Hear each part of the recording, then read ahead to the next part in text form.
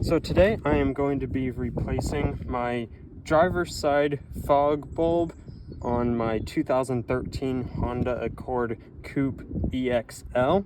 There's this Phillips head screw in the top left corner.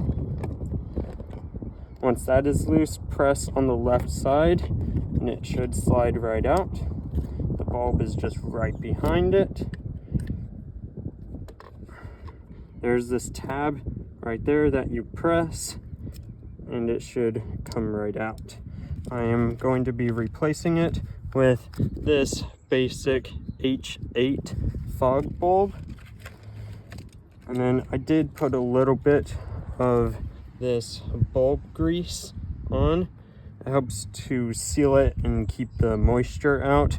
I just applied it to those two little prongs right there. Press it in until the tab goes down, or you can hear it snap into place. Put in and add a little bit of an angle so then it can drop right down. Rotate it into place. Put in the right side first, and then the left side should slide right into place. Tighten up the Phillips head.